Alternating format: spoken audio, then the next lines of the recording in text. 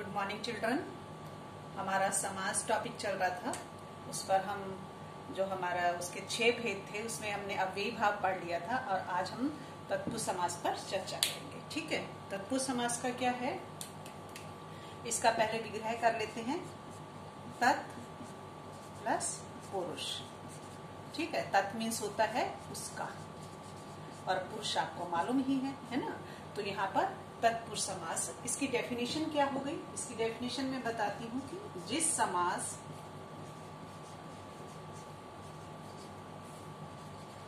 का दूसरा पद, या इसे आप उत्तर पद भी कहते हैं, है ना, या उत्तर पद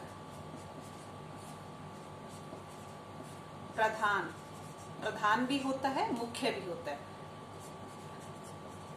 ठीक है, दोनों में आप कंफ्यूज मत होना, होता है, वहां पर हमारा क्या है, तत्पुरुष समास होता है। ये इसकी परिभाषा होती है। ठीक है,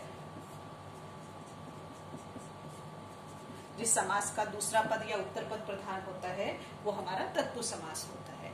और तत्पुरुष समास की एक और पहचान है कि यहाँ पर हम क्या है, कारक, आपने कारक सुना होगा, विभक्ति चिन्ह सुना होगा, है ना, और परसर्ग सुना होगा,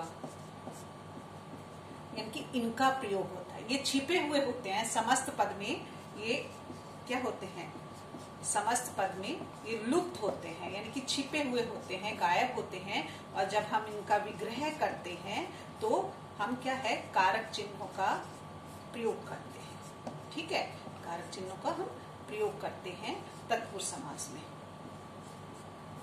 ठीक है, तो आपको ये ध्यान रखना होगा कि तत्पुरुष समास की क्या है, जिसमें दूसरा पद प्रधान होता है और दूसरा कारक चिन्हों या विभक्ति चिन्हों या परसर्ग इनका प्रयोग होता है। ये छिपे हुए होते हैं समस्त पद में और जब हम इनका विग्रह करते हैं तो इन चिन्हों का हम प्रयोग करते हैं। देखो चिन्ह ये सही है, ध्यान से देखना, कुछ बच्चे ना पहले डाल देते हैं। ठीक है, अब आपके कारक कितने होते हैं, आपने हिंदी में पढ़ा होगा 8 कारक होते हैं। यस, तो लेकिन तत्पुरुष समास में क्या है कि आपके 6 ही कारक प्रयोग में आते हैं। ठीक है, 8 कारक होते हैं, लेकिन 8 में हम तत्पुरुष में 6 को ही स्थान देते हैं। तो आपका यहाँ पर एक क्वेश्चन और बन सकता है कि विभक्ति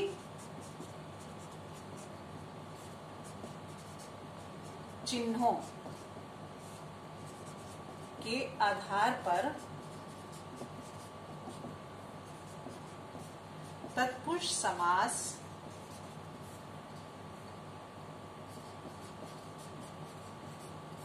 के 6 भेद हैं। ठीक है, ठीक है, ये 6 भेद हैं।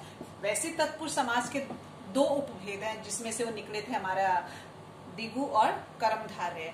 लेकिन यहाँ पर क्या है, यदि हम विभक्ति चिन्हों की बात करते हैं तो विभक्ति चिन्ह हमारे कारक इसमें तत्पुरुष समास में 6 ही प्रयोग में आते हैं। तो उसके आधार पर तत्पुरुष समास के 6 भेद होते हैं। ठीक है, जो हमारा सबसे पहले कर्ता कारक है उसका और जो लास्ट हमारा संबोधन है, इनका प्रयोग हम नहीं करते तत्पुरुष समास में। तो यानी कि जब हम तत्पुरुष समास को इसका विग्रह करते हैं तो सबसे पहले हमारा फर्स्ट वन आता है कर्म तत्पुरुष समास। ठीक है, और इसका आपको चिन्ह भी मालूम होगा, इसका चिन्ह क्या है, को है, मैं लिख देती हूँ यहाँ पर।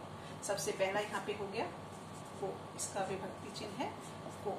ठीक है, कर्म में क्या है, यहाँ पर जब विग्रह करेंगे, जैसे मैंने लिखा शरणागत, तो इसका विग्रह हुआ शरण को आगत। आगत मीन्स होता है आना, और यदि मैं लिखूं शरण गत तो गत मीन्स होता है जाना, शरण को गत। यहाँ पर आगत मीन्स आना और गत मीन्स जाना। तो दूसरा जैसे एक और मैं लिखती हूँ ग्रामगत, ग्राम को आया हुआ या ग्राम को गत, है ना।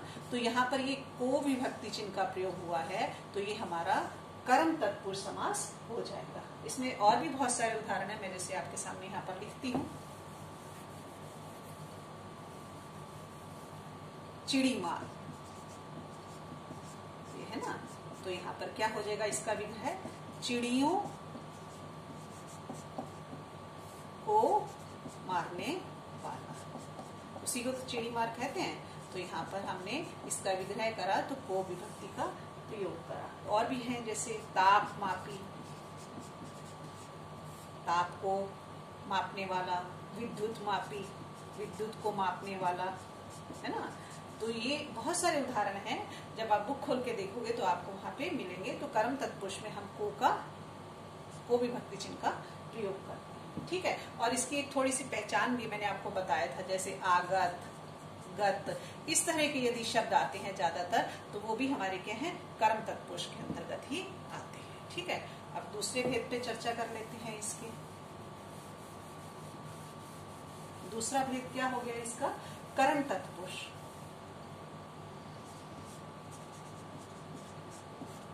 करण तत्पुरुष समास, और इसका विभक्ति चिन्ह क्या है, से, और दूसरा है के द्वारा, ठीक है। ये इसके दो विभक्ति चिन्ह हैं। तो मैं यहाँ पर उदाहरण लिखती हूँ, जैसे हुआ तुलसी कृत, ठीक है। तो यहाँ पर क्या हो गया, तुलसी के द्वारा कृत, ठीक है। तो यहाँ पर मैंने कौन से विभक्ति चिन्ह का प्रयोग करा, के द्वारा। और यहाँ पर मैं एक और लिख देती हूँ, जैसे तारों भरी, तो यहाँ पर हो गया तारों से भरी, यहाँ पर से आ गया करण तत्पुरुष में। और मैं लिखती हूँ यहाँ पर जैसे हस्तलिखित, हस्त मीन्स क्या था, हाथ, हाथ, है ना। तो यहाँ पर हो जाएगा हस्त से, हस्त के होगा, के द्वारा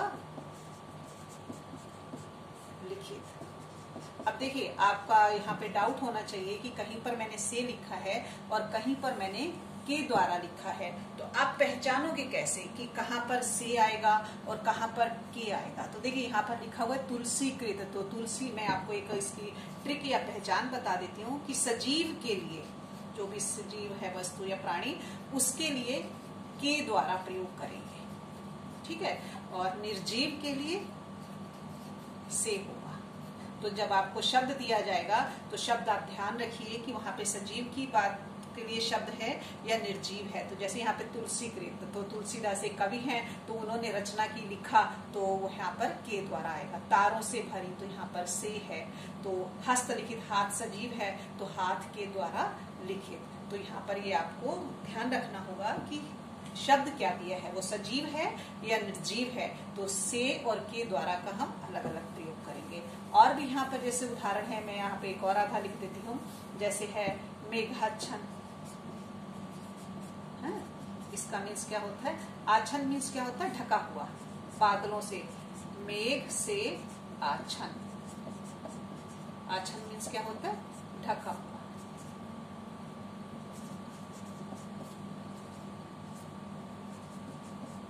या ढकी हुई, है ना, ढकी हुई भी हो सकता है, बादलों से ढकी हुई।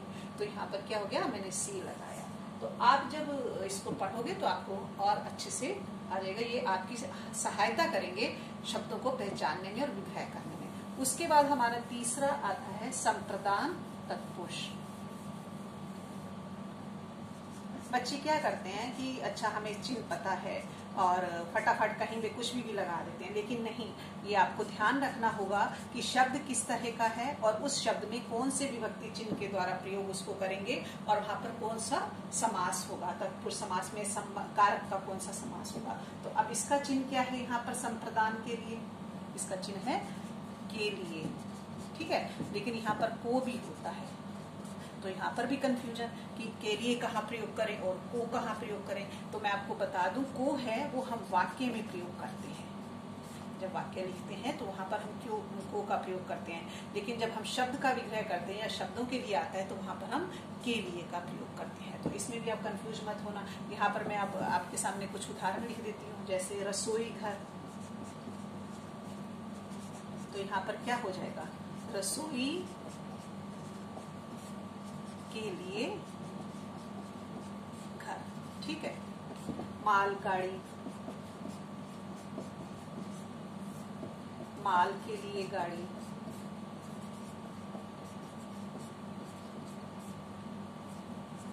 और आपका घुड़साल, गुड़ मीन्स होता है घोड़ों, और साल मीन्स क्या होता है, भवन या घर, घोड़ों की साल। देखिए एक चीज और ध्यान पे रखिए, जहां पर जो शब्द दिया है उसी शब्द का मैं विग्रह कर रही हूँ, उसका हिंदी पर्याय नहीं लिख रही हूँ, ठीक है। तो आपको ये ध्यान रखना है कि यहाँ पर यदि घुड़साल है तो घोड़ों की साल का, ये साल मीन्स होता है घर या भवन। इसकी भी मैं एक आपको ट्रिक बता देती हूँ कि संप्रदान तत्पुरुष में पहली बात तो वो वाक्य में आएगा, के लिए आ रहा है, लेकिन फिर भी हमें याद नहीं आ रहा, तो आप ध्यान रखिए जितने भी घर से, घर के पर्यायवाची हैं, घर के जितने भी पर्यायवाची हैं वह किसी भी शब्द के साथ हैं, तो वहां पर संप्रदान तत्पुरुष होता है। जैसे आपके बहुत सारे उदाहरण हैं, धर्मशाला, हथकड़ी, पुस्तकालय, पुस्तक के लिए आलय, है ना। तो ये बहुत सारे, मंत्री परिषद जैसे है, मंत्री परिषद, तो इसका विग्रह क्या होगा, मंत्रियों के लिए परिषद। तो आप यहाँ पर क्या करेंगे, हम संप्रदान तत्पुरुष में के लिए का प्रयोग करेंगे। तो यहाँ पर मैंने सब जगह घोड़ों की नहीं है, यहाँ पर सॉरी, यहाँ पर घोड़ों के लिए होगा, ठीक है, घोड़ों के लिए साल, ठीक है। तो ये हमारा संप्रदान तत्पुरुष हो गया। उसके बाद हमारा जो चौथा आता है अपादान। अपादान का आपको नियम मालूम है, यहाँ पर अलग होती हैं चीजें, है ना, तो उसका चिन्ह भी क्या है, से है। तो मैं यहाँ लिख देती हूँ 4th वन, अपादान तत्पुरुष समास, ठीक है। और इसका चिन्ह क्या है, से है, से, और दूसरा इसके क्या है, अलग होने की बात होती है, ठीक है। तो इस बात का आप ध्यान रखना। जैसे मैं यहाँ पे लिखती हूँ आशातीत, तो आशातीत का मतलब क्या होता है, पहले मैं यहाँ विग्रह कर देती हूँ, आशा से तीत। तीत का मतलब होता है दूर या परे, ठीक है। तो आशा से परे, है ना, तो यहाँ पर तीत का मतलब क्या हुआ, दूर या परे। जैसे मैं और निकलती हूँ, देश से निकाला, देश निकाला, देश से क्या हुआ, वो अलग हुआ, तो यहाँ पर क्या हो जाएगा, देश से निकाला। तो मैं यहाँ पर इसका, आप कारक चिन्ह जब पढ़ते हो तो कारक चिन्ह में अलग होने की भी बात होती है ना, तो यहाँ पर देश से वो क्या हो रहा है, अलग हो रहा है, तो यहाँ पर देश निकाला, ठीक है। और एक और मैं यहाँ पर लिखती हूँ लोकोत्तर, ठीक है, इसका क्या हो जाएगा, लोक से इतर। इतर मीन्स क्या होता है, वही दूर या परे, तो लोक से परे, तो यहाँ पर भी हमारा से आ गया। हाँ, एक और मैं आपको बता दूं, यहाँ पर जो बच्चों को कंफ्यूज हो जाते हैं बच्चे कि यहाँ पर मैं शब्द लिखती हूँ आपके सामने, तो आप उससे और अच्छे से समझ पाओगे।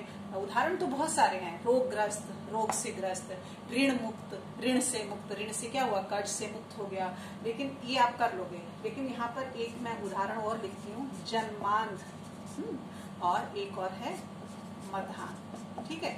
यहाँ पर बच्चों को पता नहीं चलता कि इनमें कौन सा समास होगा, यानी कि तत्पुरुष में कौन सा कारक भेद वाला समास होगा। तो मैं आपको बता दूं, जन्मान में आपका होगा अपादान और मधान में होगा करण। अब इसका विग्रह कर लेते हैं, जन्म से अंधा, ठीक है। और मधान में क्या हो गया, मद, मद कहते हैं, आप अभिमान से भी ले लो, आप अल्कोहल से भी ले लो, आप किसी से भी उसमें बुरी आदत से ले सकते हो, तो मद से अंधा, ठीक है। अब यहाँ पर अपादान क्यों है और यहाँ पर करण क्यों है, दोनों मिलते जुलते शब्द हैं और दोनों में विभक्ति चिन्ह भी से आ रहा है। तो मैं आपको एक बात बता दूं, जब आप कारक पढ़ रहे हो, अपादान कारक में मैंने आपको 5-6 पॉइंट्स बताए थे, जिसमें क्या है, अलग होना, सीखना, शर्माना, तुलना, लजाना, है ना। तो उसी में एक और आता है विकलांगता, यानी कि यदि आप फिजिकल अनफिट हैं या विकलांग से कोई है मिलता जुलता शब्द, तो वहां पर भी आपका अपादान तत्पुरुष समास आएगा। तो इन दोनों शब्दों को देखकर आप ध्यान रखना कि यहाँ पे विकलांगता की बात हो रही है और यहाँ पर किसी स्वाभिमान या किसी अल्कोहल पदार्थ से अंधा है तो यहाँ पर करण होगा, और यहाँ पे जन्म से अंधा यहाँ पर अपादान होगा। तो मैंने आपको ये जो 4-6 चीजें हम कारक में पढ़ते हैं उसी में आपका विकलांगता भी आता है, तो ये अपादान तत्पुरुष समास होगा। ठीक है, उसके बाद हमारा नेक्स्ट क्या है, 5वां संबंध तत्पुरुष समास। ठीक है, इसके चिन्ह क्या है यहाँ पर मैं लिख देती हूँ। ये हमारा हो गया 5वां संबंध तत्पुरुष,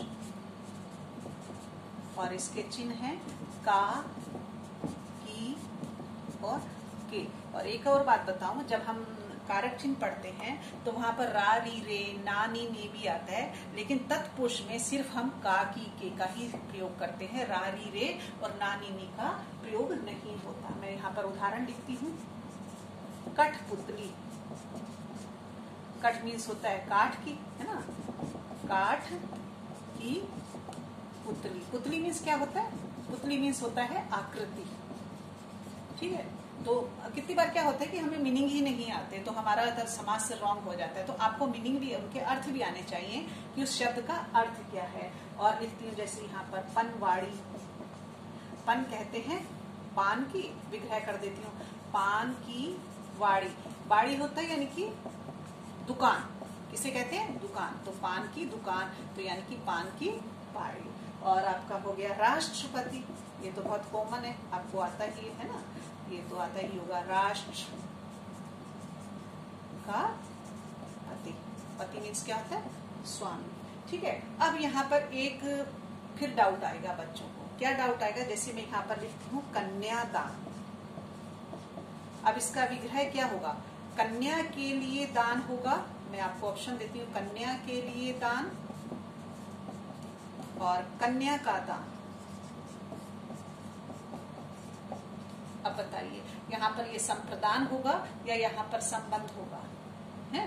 तो ये भी कंफ्यूजन है। देखिए हमारे हिंदू में धर्म में क्या है, जब कन्या की शादी होती है तो क्या होता है कि हम कन्या को ही दान में दे देते हैं, यानी कि अपनी बेटी को हम किसी दूसरे परिवार में सौंपते हैं। तो यहाँ पर हम कन्या के लिए जो दहेज दे रहे हैं वो नहीं है, हम कन्या का ही दान कर रहे हैं। तो यहाँ पर संबंध तत्पुरुष होगा, तो आप ये ध्यान रखना। जैसे मैं एक और लिखती हूँ यहाँ पर गौदान, तो यहाँ पर भी के लिए नहीं आएगा कि गाय के लिए दान, गाय का दान होगा, के लिए नहीं आएगा, क्योंकि हम गाय के लिए क्या दान करेंगे आप, है ना।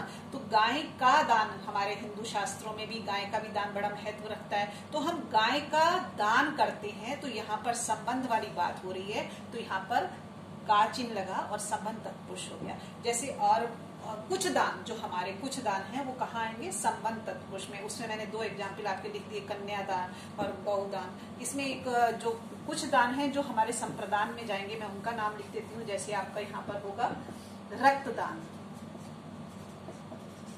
आपका हो गया नेत्र दान, ठीक है, नेत्र के लिए दान, देह दान, देह के लिए दान। तो ये हमारे ये वाले दान हमारे किसमें चले जाएंगे, संप्रदान में। और संप्रदान का मैंने देखो यहाँ पे ट्रिक भी है, ये दान लिखा हुआ ना, देना, किसी को दान देना। हम रक्त का दान करते हैं, नेत्रों का दान करते हैं, देह का दान करते हैं, लेकिन जो कन्यादान और आपका गौदान है वो आपका कहाँ जाएगा, संबंध तत्पुरुष समास में। तो ये आप ध्यान रखना, ये नहीं कि कन्यादान भी आया तो कन्या के लिए दान, ये रॉन्ग हो जाएगा, तो इस बात का ध्यान रखना। और अब हमारा जो लास्ट तत्पुरुष समास में बचा है भेद कारक का, वो हमारा क्या है, अधिकरण। ठीक है, अधिकरण का चिन्ह क्या है, में और पर। यहाँ पर लिख देती हूँ मैं, अधिकरण तत्पुरुष समास, और इसका चिन्ह है में और पर। ठीक है, जैसे मैं यहाँ पर लिखती हूँ जग बीती, ये क्या हो जाएगा, जग पर बीती, तो पर आ गया, तो ये हमारा अधिकरण तत्पुरुष हो गया। एक और उदाहरण लिख देती हूँ, आग बीती, तो आग पर बीती, है ना, तो पर आ गया। और उसके बाद जैसे मैं यहाँ पर लिख देती हूँ आपका बटमार, बट मीन्स होता है रास्ता, बट मीन्स क्या होता है, रास्ता, और पटमार का शाब्दिक अर्थ ये चोर और डाकुओं का पर्यायवाची है। पटमार यानी कि, तो इसका क्या विग्रह हो जाएगा, रास्ते में मारने वाला, या बट इसको हम उसी शब्द में लिखेंगे ना, तो बट में मार यानी कि रास्ते में मारने वाले कौन हो गए, चोर डाकू, है ना। एक और लिखती हूँ, कवि शिरोमणि, तो यहाँ पर क्या हो जाएगा, कवियों में शिरोमणि, शिरोमणि मतलब उच्च श्रेष्ठ, है ना, कवियों में शिरोमणि। तो यहाँ पर कौन सा कारक चिन्ह है, में है, यहाँ पर भी में है, तो ये हमारा अधिकरण तत्पुरुष आ जाएगा। एक और मैं लिखती हूँ यहाँ पर जो है हमारा शब्द है हर, फन, मोला। अब यहाँ ये बच्चों को थोड़ा टफ लगेगा कि यहाँ पे कौन सा समास, तो यदि आप शब्दों को अलग अलग करोगे तो आपको मीनिंग आ जाएगा। हर हमारा क्या है, उपसर्ग है, हर शब्द क्या है, उपसर्ग है ना। और फन मीन्स होता है कला, फन मीन्स क्या होता है, कला। और मोला मीन्स होता है निपुण। देखो सबका मीनिंग निकल आया ना। तो अब क्या हुआ, और हर का मीनिंग क्या होता है, प्रत्येक, उपसर्ग है और इसका अर्थ क्या होता है, प्रत्येक। तो क्या हुआ, प्रत्येक कला में निपुण। तो इसका विग्रह भी क्या हो गया, पहले तो उसी शब्दों में लिखेंगे, हर, फन, में, मोला, में आ गया, यानी कि हर कला में निपुण, तो या प्रत्येक कला में निपुण, तो ये हमारा में आ गया। तो यहाँ पर अधिकरण तत्पुरुष समास आ गया। आपको कुछ इस तरह के वर्ड दिए जाएं, मैंने आपके सामने यहाँ पर एक एग्जाम्पल लिखा, यदि आप आए तो उन शब्दों को आप ब्रेक करके उनके अर्थ को समझिए और फिर देखिए कि उसमें कौन सा समास हमारा लग रहा है और कौन सी विभक्ति चिन्ह उसमें प्रयोग होगी। तो एग्जाम्पल तो मैं आपको लिमिटेड ही बता सकती हूँ, लेकिन आपको शब्दों को ध्यान से उसका अर्थ समझ के जब आप करोगे और आप बुक में से पढ़ोगे तो आपकी बहुत सारी प्रॉब्लम्स सॉल्व हो जाएंगी और आपका कॉन्सेप्ट भी धीरे धीरे क्लियर हो जाएगा। तो आज हमारा ये तत्पुरुष समास ही कंप्लीट हुआ। अगली वीडियो में नए समास के साथ।